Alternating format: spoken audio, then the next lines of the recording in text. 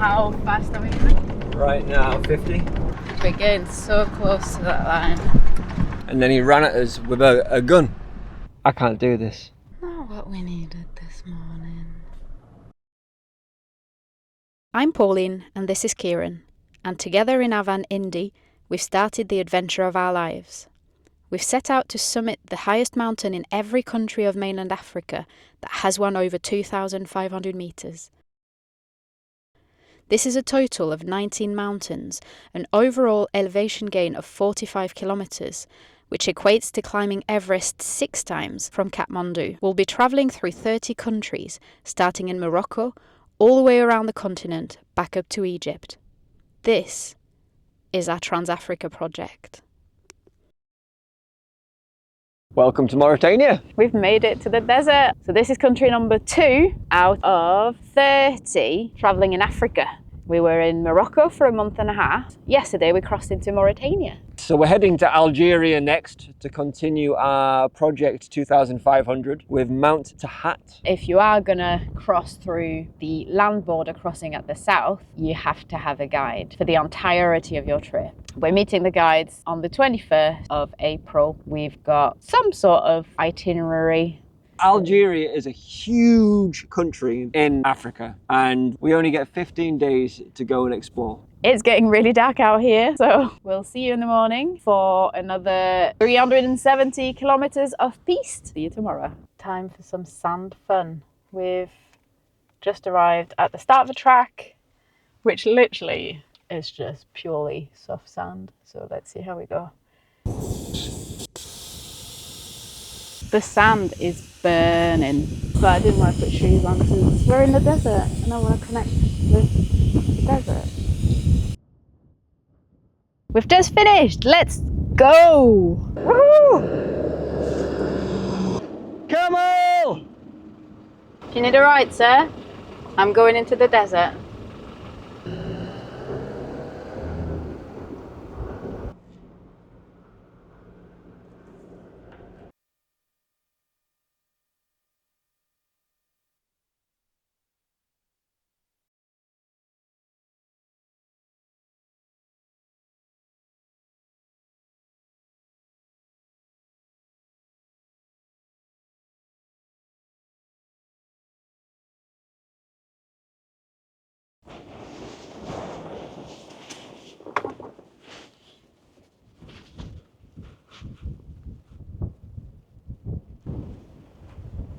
Good morning, lovely people.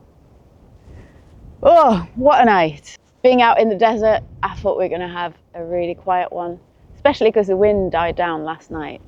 We had the trains going past all night, the wind blowing really strongly on the tent. So we're both feeling a bit touchy this morning.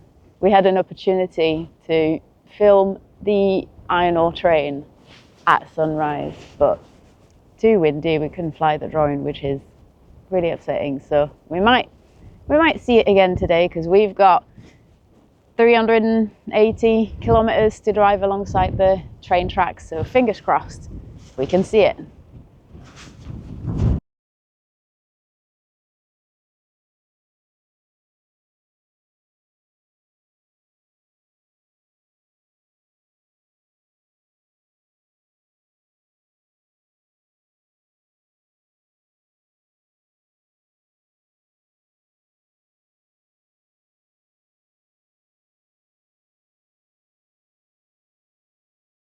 Keep on losing the piste. There's no signage, no speed signs.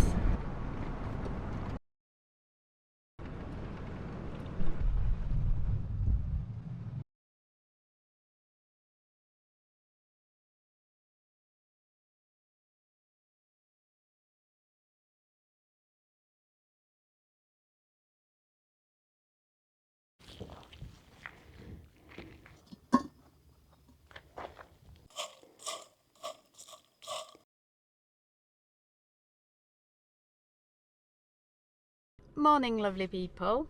We are having to reinflate our tyres because they've gone a little bit low, almost like looking flat, but we haven't turned on the engine yet because we're trying to make sure we have enough fuel to get to where we're going to. 42 miles. 42 miles on the clock, which is about 63 kilometers, which is exactly what we need to get to where we're going there this morning. It's Choum, where we're gonna fuel up and do a bit of food shopping before we go up towards Algeria.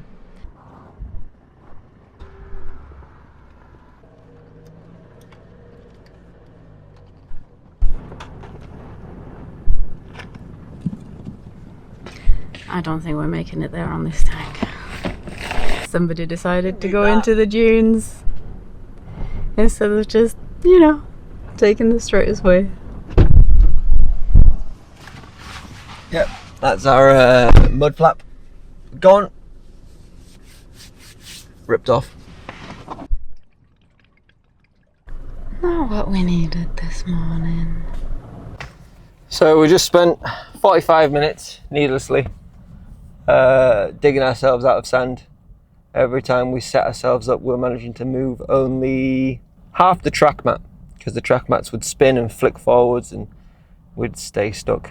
We ended up going down to PSI 15.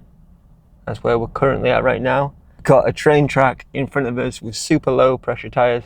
Fingers crossed we can just roll across with no issues. We've got very limited fuel, so perfect time to get stuck. And now we still need to drive to Choum.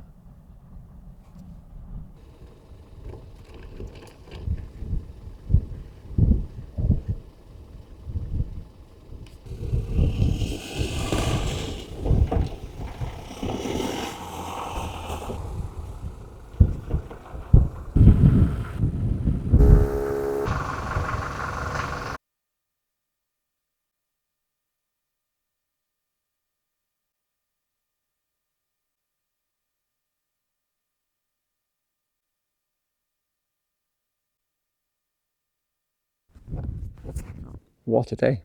But here we are. Yeah. We've driven about 500 kilometers today.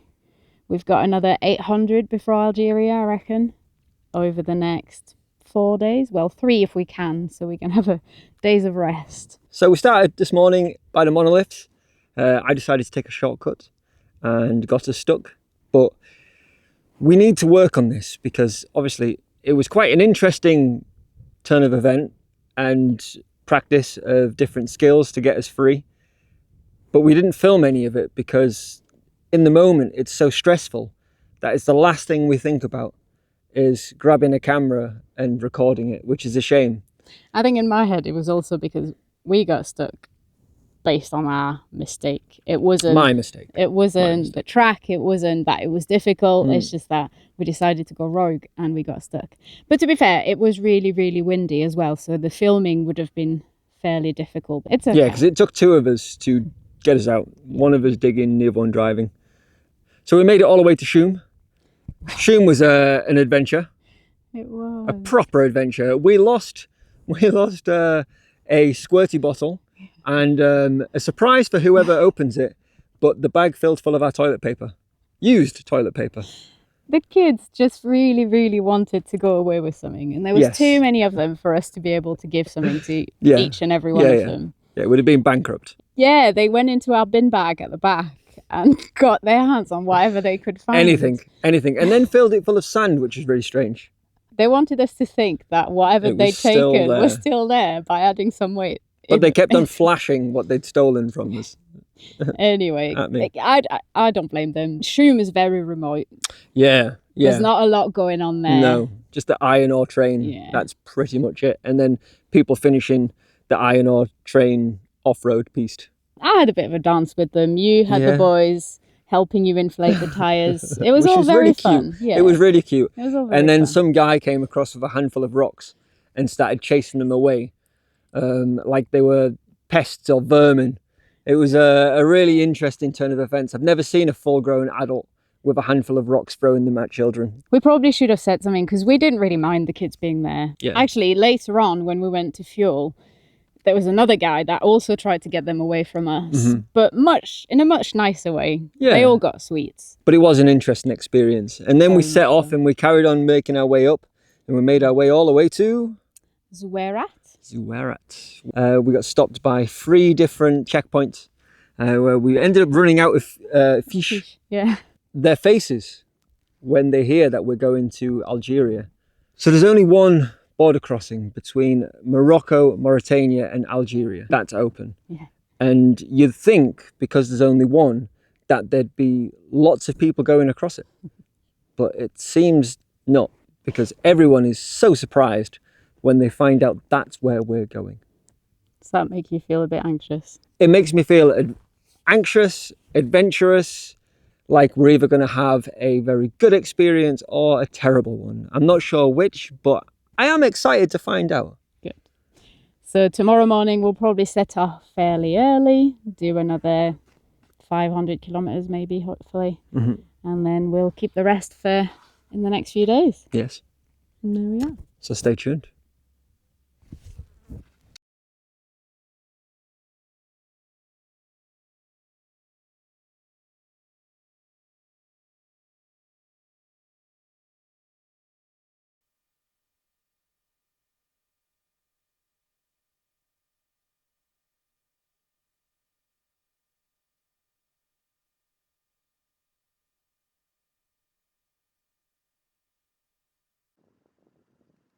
Good morning, as usual. We are on the road again. Yoga this morning was beautiful. What a lovely way to wake up in the morning. It really is.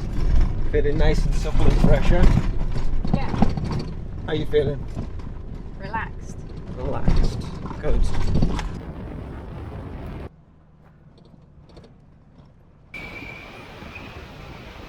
So people that enjoy overlanding,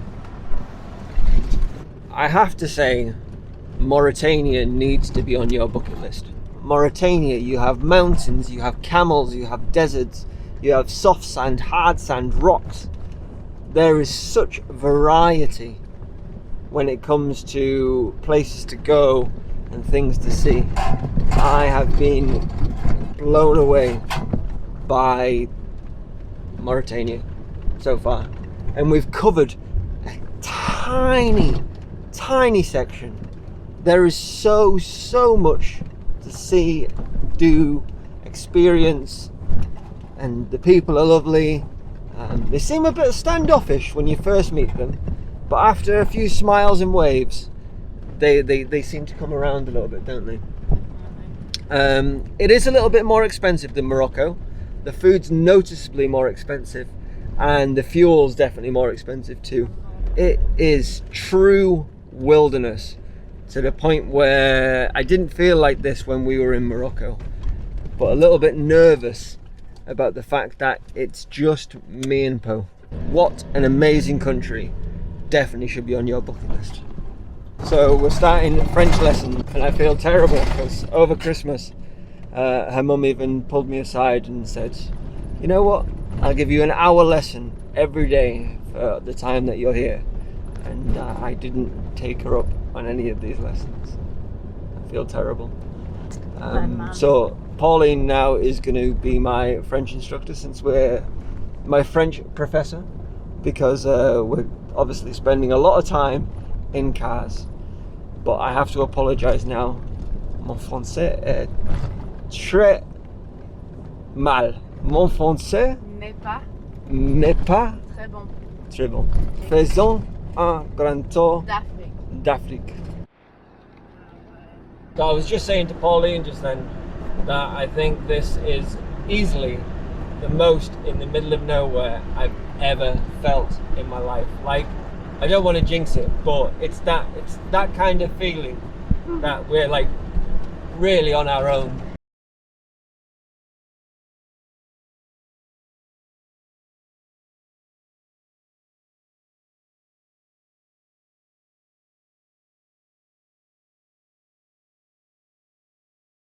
Another day in Mauritania. We've come here, set up camp. Yeah. And had a bit of a relaxed time. Found flour, less than 10 kilogram sack. 5 kilogram, still a huge bag for a little van, but got flour now. Yep. Which we're excited about. We're going to make some tortillas tonight. Yeah, very excited about that. Mexican night. Arriba, arriba. Tomorrow we've got another, I reckon, 500 kilometers. Well, no, because we're not going all the way. Yeah, but we're not going all the way to Tindouf. No, we're not. No. So probably about, what, 450? Yeah, 400 somewhere. So fingers crossed we can do that in one day, and then that gives us 2 days of rest.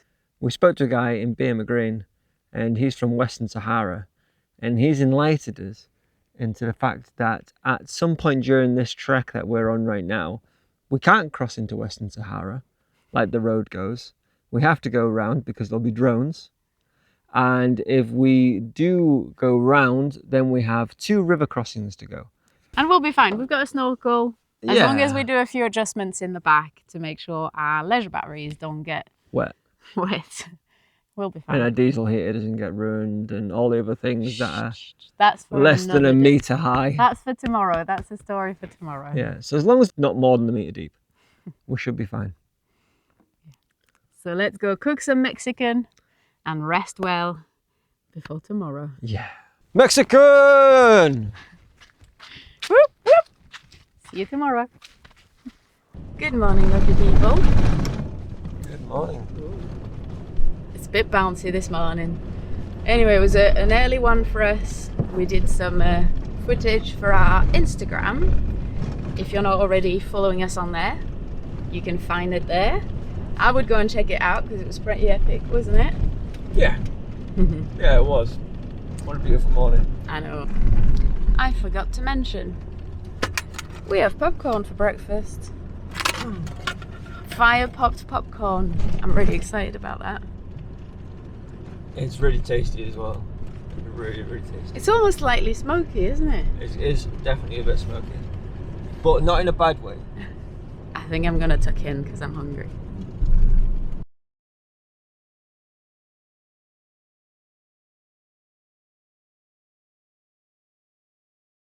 So we just found ourselves at a river crossing.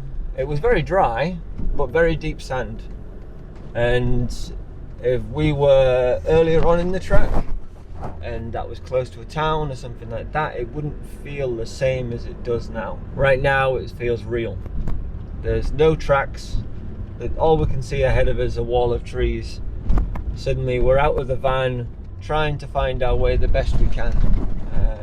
This is quite a tough experience. Yeah, I'm not saying a lot because I'm definitely finding this tough. And we will try to film some of it. Just this first bit really caught up with me, and yeah, I was just really stressed. But we are truly in the middle of nowhere. Getting lost. Lost worldwide. We definitely wear our name well.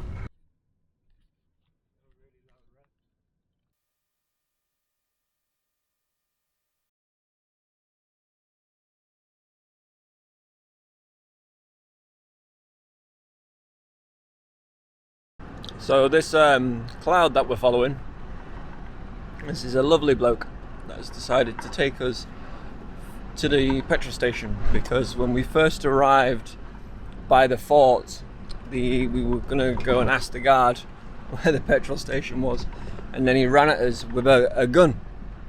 So that was quite scary. And then we drove on a little bit further and we saw all these tankers, and we thought, well, that must be where the petrol station is, you know, obvious. But they were like, nope, it's 13 kilometers in the opposite direction to where we were driving. So it was lucky that we stopped and talked, because, and then some military men turned up. It was quite the experience. But yeah, so these guys have been our heroes, and they're from Algeria, and they're going to take us to the fuel station. Absolute legends. They have reconfirmed that we cannot cross the border. If we cross that border, then drones will fly, and they will shoot at us. Very scary, isn't it, Polly? Yeah, not feeling very confident right now. This trip is a roller coaster, proper roller coaster. Kindness done in many ways. So we've been following this app called Maps, which is basically took us into the border between Mauritania and Western Sahara. We don't want to go there. It's an active military zone. It's not very good. It's not very safe. But that's where our app was taking us. We met a fellow the guy in the truck I pointed out earlier. He's taken us to a gas station that's in the middle of nowhere, taken us to a shop that's also in the middle of nowhere, then found us somebody to follow, and we have a GPS device right now tracking our route, so we've got a route to follow back. And he asked for nothing. He said thank you, like he was just nice to meet us and appreciative of our time, and we're so appreciative of his. And now we've got a convoy to make our way towards Tindouf. So fingers crossed, we're going to get pretty close, and then tomorrow we can get to Tindouf nice and easy. But we can definitely find our way back. We've got a device tracking our return. So, how you feeling, Po? I don't think I can talk. It's been a lot of stress. He's invited us to stay at his home in Algeria as well. It's a shame because we're not going to head that way. We haven't got long enough. But I feel like if we got his address, we could send something at some point. Yeah, To say I thank think that'd you. be a really nice thing to do. Because I genuinely reckon this guy saved our life. You might have. A lot of very surprised people when we said where we were going, and it's not been the easiest trip. And I don't think a trip in Africa necessarily was ever meant to be easy. But there's a lot of unknowns and information that we couldn't find. So, yeah, we're doing our best. The guy we're following is absolutely bombing it. Rapido. How fast are we going? Right now, 50. We've been driving 50 miles an hour, which for our French viewers is roughly 80 kilometers an hour. So Yeah. it's very fast. 80 kilometers an hour. Very, In the very desert. fast in the desert. Over bumps, lumps, next to rocks, and with very poor visibility. Because we keep on going into his cloud of sand that he's putting out, so it's not the easiest road to drive. I was just gonna say that we're nerve-wrackingly close to the Western Sahara border. We're getting so close to that line. My hands are honestly so moist.